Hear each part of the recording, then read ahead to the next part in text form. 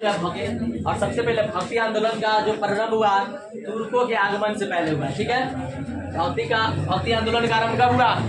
तुर्कों के आगमन से पहले। और तुर्कों का आगमन कब, यानी तुर्की वालों का आगमन कब हुआ? 12वीं सदी से पहले, है ना। और 12वीं सदी से पहले से लेकर के और अकबर के काल तक ये भक्ति आंदोलन चला, ठीक है।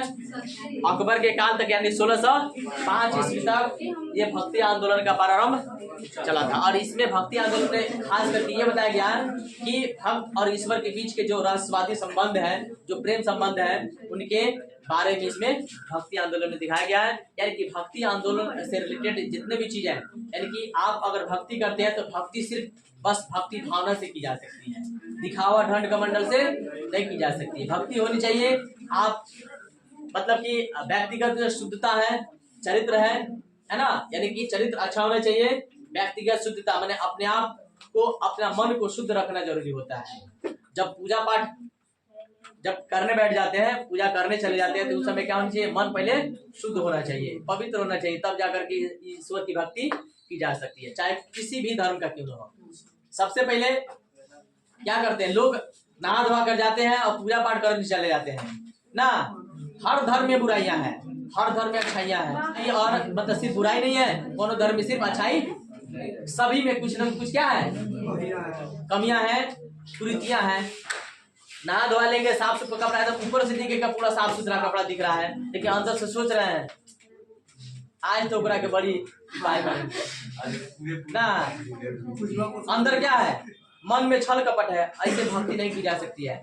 भक्ति करने के लिए पहले सबसे पहले आपके अंदर का जो भी है मैल है ना, उसको पहले आप बाहर ही छोड़ दीजिए, तब आप मंदिर मस्जिद गिरजाघर जहाँ भी कहीं जाते हैं पूजा करने, आप जाइए पूरा एकदम। और एक चीज ऐसा भी होता है, जब आप किसी भी धार्मिक स्थल पर चले जाते हैं तो ऑटोमेटिक आपका मन शांत हो जाता है। लेकिन कुछ ऐसे लोग होते हैं जिनका अंदर छल कपट रहता है, बाकी मतलब रियलिटी यही होता है कि उसमें मन प्रवेश करने के बाद ऑटोमेटिक मन जो होता है पूरा एकदम स्थिर हो जाता है, शांत हो जाता है, लगता है दुनिया मेरा सब यही है, बड़ी सुकून मिलता है, शांति मिलता है। कुछ ऐसे हैं जिनमें बुराइयां होती है ना। इस भक्ति आंदोलन में ये भी बताया गया है कि भक्ति आंदोलन यानी कि भक्ति आंदोलन मन से, दिल से, शुद्ध रूप से जब आप कीजिएगा भक्ति, तो ही ईश्वर की प्राप्ति कर सकते हैं और मोक्ष की प्राप्ति हो सकती है ना। मोक्ष की प्राप्ति मतलब समझते हैं ना, जन्म और मृत्यु के चक्र से छुटकारा पाना। जैसे भगवान बुद्ध जी उपदेश दिए हैं, महावीर उपदेश दिए हैं ना। मोक्ष की प्राप्ति तभी की जा सकती है जब आपका मन, तन मन पूरा शुद्ध होना चाहिए। जो है कुछ और भी उन लोगों ने संदेश भी दिया, उपदेश भी दिया है, बहुत सारा उपदेश दिया है जिसे आप लोगों को लिखवाया गया है ना। तो इस भक्ति आंदोलन का आरंभ कहाँ से हुआ था? दक्षिण भारत से। कहाँ से हुआ था? लेकिन धीरे धीरे धीरे धीरे लोगों के अंदर इतना भक्ति भावना जगा, इतना भक्ति भावना जगा कि धीरे धीरे धीरे फैलते फैलते विस्तारित होते होते पूरे भारत में फैल गया, ठीक है। तो इसमें आपको सिर्फ क्या करना, भक्त और भगवान के, ईश्वर के बीच में जो रसवादी संबंध होता है, यानी किस प्रकार से भक्ति किया जाना चाहिए, ऐसा समझ में। तो ये आपका भक्ति आंदोलन हो गया। इन्होंने भक्ति आंदोलन के जितने भी प्रवर्तक थे, यानी कि भक्ति आंदोलन के प्रवर्तक मतलब मानने वाले, यानी कि पूजा करने वाले संत लोग, समाज में फैले कुरीतियां, बुराइयों का घोर विरोध इन लोगों ने किया है। मतलब कि समाज में अगर बुराइयां हैं, ऊंच नीच है ना, भेदभाव है, तो उसको दूर करने का प्रयास इन लोगों ने किया। भक्ति मतलब क्या होता है? भक्ति मतलब ये होता है जो भक्त के रूप में चले गए, यानी कि मन पूरा शुद्ध, न कोई हित है न कोई दुश्मन है, सब कोई एक समान है, न कोई ऊंचा है न कोई नीचा है, कोई भेदभाव नहीं कोई हिंदू है न कोई मुस्लिम है न कोई सिख ईसाई। उसके लिए सभी धर्म के लोग क्या होते हैं? समान होते, बराबर है, क्योंकि सब कोई दुनिया में रहने वाले इंसान सभी एक ही है ना। तो उन लोगों के मन में कोई छल कपट नहीं होता है। तो इन लोगों ने देखा कि कुछ लोग ऐसे जो कि मतलब सांप्रदायिकता फैला रहे हैं, तो उन लोगों को रोकने का प्रयास किया। जो ऊंच नीच बात कर रहे हैं, हम बड़े हैं वो छोटा है ना, वो ऊंच है वो नीच है, तो इन लोगों ने क्या किया? उसको पाबंद लगाया कि नहीं, आप ऐसा नहीं कर सकते हैं, सबको एक समान है, सभी को एक समान अधिकार है जीने का, कोई ऊंच नीच भेदभाव नहीं होना चाहिए, ठीक है। लोगों ने काफी इसको चर्चा में रखा और धीरे धीरे पूरे भारत में फैल गया था, ठीक है। और यही भक्ति आंदोलन जो अकबर के काल तक चला, तो वही पढ़ करके अकबर क्या किए थे? अकबर पूरे धर्म के ग्रंथों को पढ़ करके तब उन्होंने क्या बताया अंत में कि सभी धर्म एक समान होता है। लगभग सब धर्म क्या होता है, एक समान ही होता है, क्योंकि सभी में कुछ न कुछ सच्चाई है। तब उन्होंने क्या चलाया था, ईश्वर का धर्म, यानी कि सबको ईश्वर एक ही है। ठीक है, सभी धर्म के ईश्वर क्या है, तीन चलाता है। ठीक है, दिखा जाएगा।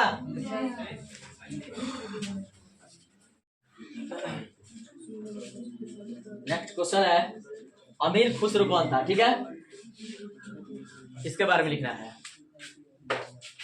अमीर खुसरो जो है गणितज्ञ भी थे, संगीतज्ञ भी थे, है ना, दार्शनिक भी थे, यानी इनके अंदर बहुत सारा गुण था, एक नहीं थे, अनेक इनके पास उपाधि था, है ना। लिखिएगा, अमीर खुसरो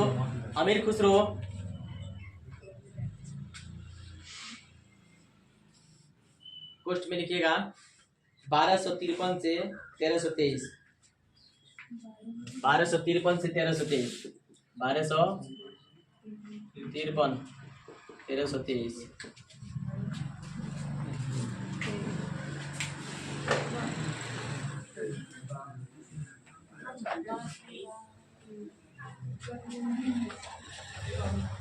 एक महान कवि संगीतज्ञ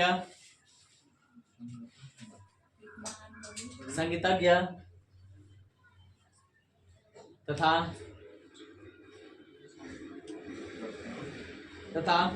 शेख निजामुद्दीन औलिया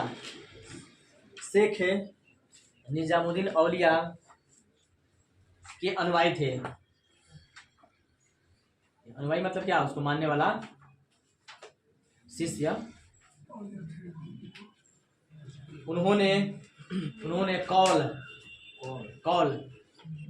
क्वेश्चन लिखो, अरबी शब्द, हाँ कौल क्वेश्चन लिखो, अरबी शब्द जिसका अर्थ है कहावत का प्रचलन करके चिश्ती सभा को एक विशिष्ट आकार दिया।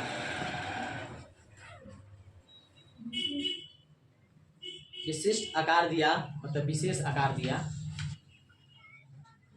कौल को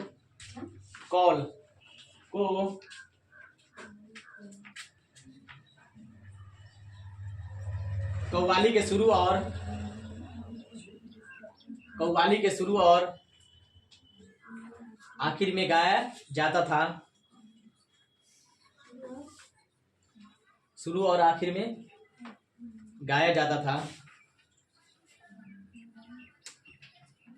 इसके बाद सूफी कविता का पाठ होता था। शेख निजामुद्दीन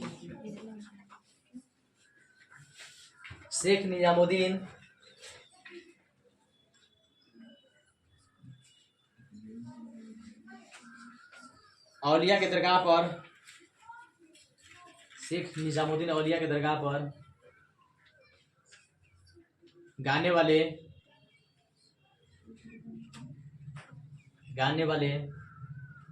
कव्वाल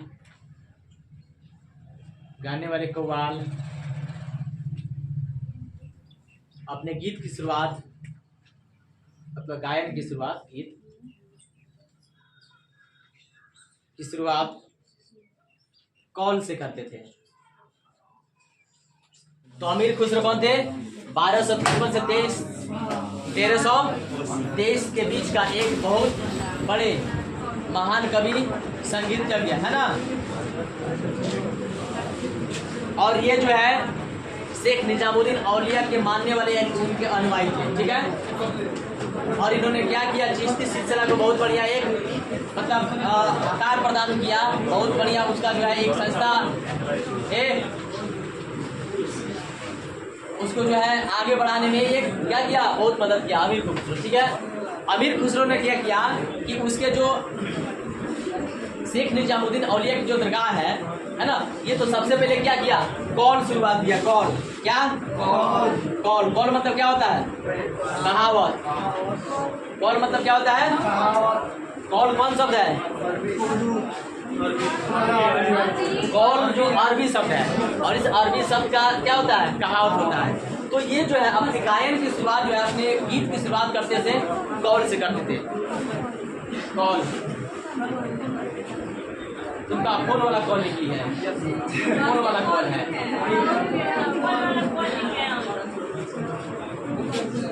ये जो है अमीर खुसरो, क्योंकि ये संगीतज्ञ थे, गीत गाते उनके दरबार में, और जब गाया करते, जब गायन मतलब गायन स्टार्ट करते थे, तो सबसे पहले क्या कहते थे? कौल, मतलब कहावत करते। अरे आप सुने हैं कव्वाली? सुने हैं कव्वाली? कव्वाली का पहले 2-4 गो डायलेक्ट मारता है सर।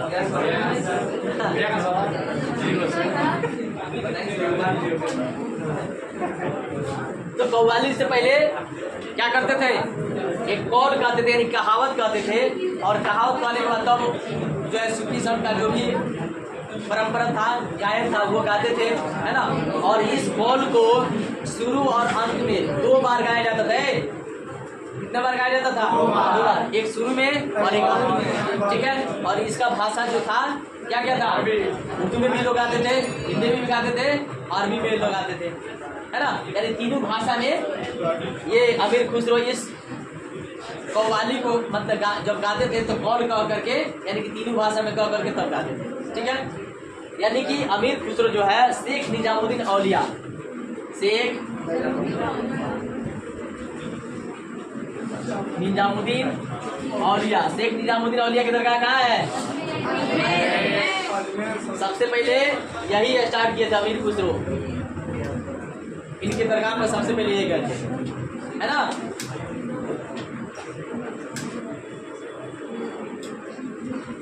दिखा जाएगा, यानी इनकी दरगाह पर जो भी जाते थे, दरगाह पर जाने का मतलब ये होता है बढ़ जाते हैं सब।